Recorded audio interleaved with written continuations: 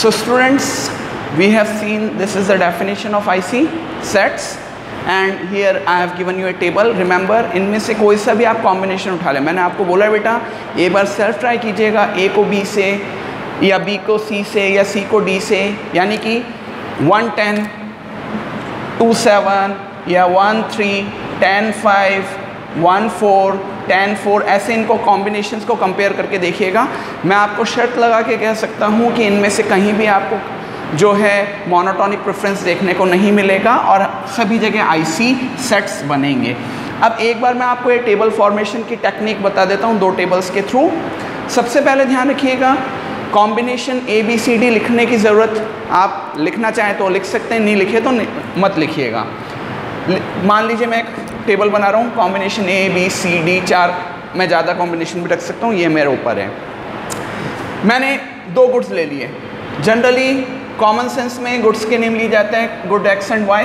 आप चाहें तो कुछ और भी ले सकते हैं. आप ले सकते हैं पेन, पेंसिल, या आप चाहें तो किसी स्वीट का नाम ले सकते हैं, चॉकलेट लिख सकते हैं, आइसक्रीम लिख सकते हैं. डिपेंड ऑन यू कि आप क्या लिखना चाह रहे हैं. जनरल मैनर में गुड X और गुड Y रखा जाता है. रही बात, गुड X को इंक्रीजिंग कमोडिटी के तौर पे ट्रीट किया जाता है, गुड Y को डिक्रीजिंग कमोडिटी के तौर पे ट्रीट किया जाता है. जनरल मैनर में बना रहा हूँ, आप चाहें तो इन्वर्स भी कर सकते हैं, बट जनरली बुक्स में देखोगे गुड X इंक्रीजिंग करता हुआ आएगा, गुड Y डिक्रीज करता हुआ आएगा. अब सबसे पहले तो क्या करो, गुड X को इंक्रीज करो और इंक्रीज करते समय जो इंक्रीज की रेट है वो बराबर रखना. दूसरी चीज़, IC की टेबल में कभी भी ज़ीरो यूज़ नहीं होता, ना तो X की तरफ ना Y की तरफ. IC की टेबल में ज़ीरो कहीं भी यूज़ नहीं होगा, ना तो X पे ना Y पे. अब मैंने मान लीजिए यहाँ लिख दिया 1 और मैंने यहाँ लिख दिया 3. ये गैप मैंने कितने का रखा बेटा, 2 का. अब यही कांस्टेंट गैप आप कंटिन्यू कर दो सभी जगह पे, यानी 1, 3, 5, 7, 9 दिख रहा है 2, 2 का गैप्स.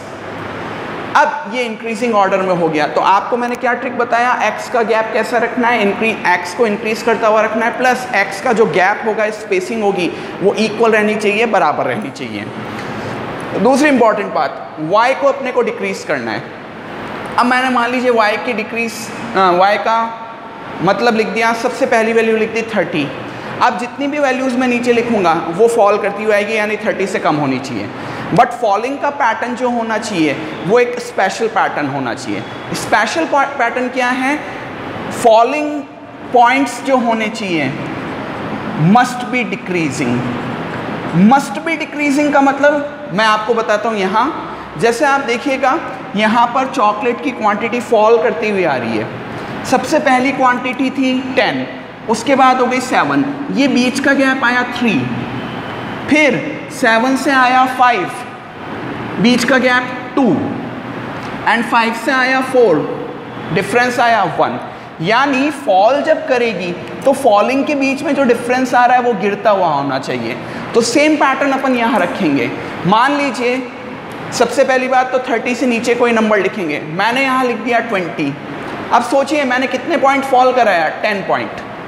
अब अगला नंबर जो मैं फॉल कराऊंगा, अगला नंबर जो लिखूंगा वो फॉल करता हुए आएगा. बट ध्यान रखिएगा, पिछली बार 10 पॉइंट का फॉल हुआ था, तो अब की बार 10 से कम पॉइंट का फॉल कराना है, क्योंकि हम IC कॉम्बिनेशन की बात कर रहे हैं और आगे इसका मीनिंग मैं बताऊंगा आपको. ओके, तो इस बार मैंने 9 पॉइंट फॉल कराने की बात कर दी, तो यहाँ पर आएगा 11. फिर पिछली बार 9 पॉइंट फॉल कराया था, इस बार मैंने 8 पॉइंट फॉल करा दिया. यहाँ पे आई वैल्यू सपोज 3, लेकिन उसमें फिर मेरी टेबल पूरी नहीं हो पा रही है. तो मैं क्या करता हूँ, थोड़ा सा चेंज कर देता हूँ. जैसे मान लीजिए मैंने कर दिया यहाँ, मैंने यहाँ 5 पॉइंट का फॉल करा दिया, दिस इज 25. फिर मैंने 4 पॉइंट का फॉल करा दिया, 21. फिर मैंने 3 पॉइंट का फॉल करा दिया, 19. और मैंने फिर एक 1 पॉइंट का फॉल करा दिया, 18. तो देखिए, एक तो दोनों तरफ में से कहीं पर भी ज़ीरो नहीं आना चाहिए. नंबर 2, जो ये फॉलिंग की पैटर्न है वो अपने को ध्यान रखनी है. एक टेबल और बता देता हूँ. इस बार मैं कॉम्बिनेशंस नहीं लिख रहा हूँ, मैं केवल गुड X और गुड Y की बात कर रहा हूँ. कॉम्बिनेशन मैंने इस बार नहीं लिखा. ओके, यहाँ मैंने लिख लिया 3 का गैप ले लिया है. मान लीजिए मैं यहाँ पे शुरुआत कर रहा हूँ 20 से. स्टार्टिंग नंबर मैंने 20 रख दिया। अब मुझे पता है नीचे फॉल कराना है। मान लीजिए मैंने शुरुआती फॉल रख दिया 5 पॉइंट का, पिछली बार भी 5 का कहा था, चलिए आपने बोला सेम नहीं होना चाहिए, मैंने 6 का कर दिया 14। अब की बार जो मैं फॉल कराऊंगा, पिछली बार 6 पॉइंट फॉल हुआ था, अब की बार 6 से कम पॉइंट फॉल कराना है। लेट इट बी 4 पॉइंट्स, यहाँ आ जाता है 10, अब 2.8। अब मेरे पास 4 कॉम्बिनेशन है, मैं किसी भी कॉम्बिनेशन को उठा के देख लूं,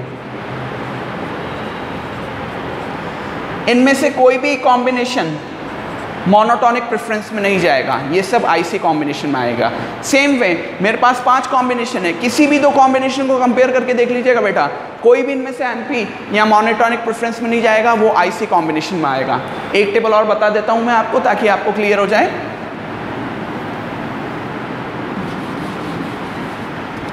ये combination A, B, C, D, E and F, good X, good Y। X को आपने इंक्रीज करके रखना है, आपने बोला चलिए इंक्रीज करा रहे हैं, इस बार मैं 4 का पॉइंट का इंक्रीज करा रहा हूँ सबको, 4, 8, 12, 16, 20, 24। ओके, इस बार मैंने स्टार्टिंग फिगर ले लिया 50। ओके, अब मैं फॉल करा रहा हूँ बेटा, 10 पॉइंट का फॉल कराया, यहाँ आया 40। इसके बाद मैंने 6 पॉइंट का फॉल करा दिया, दैट इज 34। फिर मैंने 5 पॉइंट का फॉल करा दिया। देखिए सीधी बात है, आपको फॉल कराना है बट फॉल करते हुए डिफरेंस कम रखना है। 29 और फॉल करा दिया 4.23। ठीक है, आपको लग रहा है एक एंट्री और आनी चाहिए, ये लीजिए मैंने 3 पॉइंट का और फॉल करा दिया 20। तो आपके कॉम्बिनेशन तैयार है। अब आप इसमें से कोई भी कॉम्बिनेशन को उठा लो, फर्स्ट सेकंड को, सेकंड थर्ड को या फर्स्ट को, किसी भी कॉम्बिनेशन को कंपेयर करके देखोगे, कहीं भी मोनोटोनिक प्रेफरेंस नहीं देखने को मिलेगा, सभी जगह आईसी सेट्स ही मिलेंगे। तो please follow this. If you still face any problem in making IC schedule, please talk to me, I will help you in making that. अब बार बार हम कह रहे हैं कि चैप्टर का नाम था आईसी एनालिसिस। आईसी का मतलब जो होता है वो होता है इंडिफरेंस कर्व, जो मैंने आपको यहाँ बताया। अब इनमें से कोई सी भी टेबल जो आपने बनाई, इनमें से कोई सी भी टेबल जो हमने बनाई है प्लस आपकी नोटबुक्स में जो बनी हुई है, उसको अगर आप ग्राफ पे शो करोगे, यानी आईसी शेड्यूल से आपने अगर ग्राफ बना दिया, एक आईसी शेड्यूल को ग्राफ पेपर पे शो कर दिया, तो आपके आईसी यानी इंडिफरेंस कर्व बन के आ जाएगा। इंडिफरेंस कर्व बन के आ जाएगा।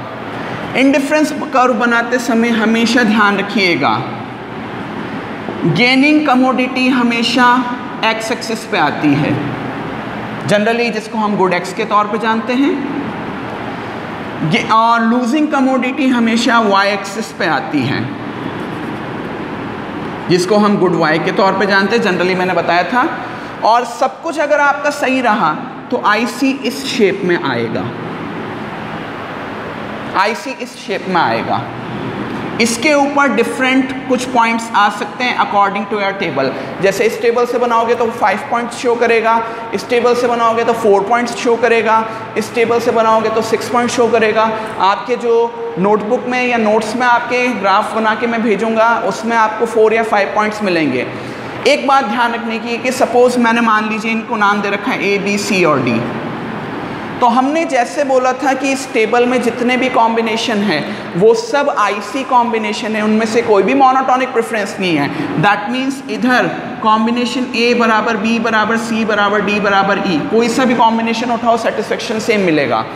इधर A बराबर B बराबर C बराबर D, या कॉम्बिनेशन को 1 2 3 4 बोल दो तो चारों कॉम्बिनेशन बराबर है, इधर 6 के 6 कॉम्बिनेशन बराबर है।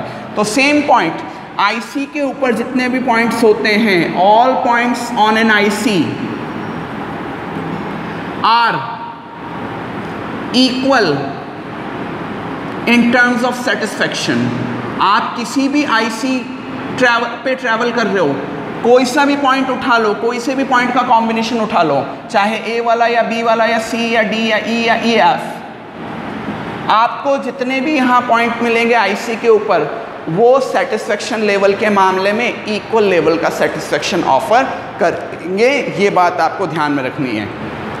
तो I have given you how to make IC schedule and फिर उसको ग्राफ पे शो करेंगे। तो इसमें ध्यान रखने की बात है कि एक ग्राफ पेपर के ऊपर आईसी में जितने भी पॉइंट्स आ रहे हैं वो सब same level of satisfaction show करते हैं। Now we will go for the features of IC.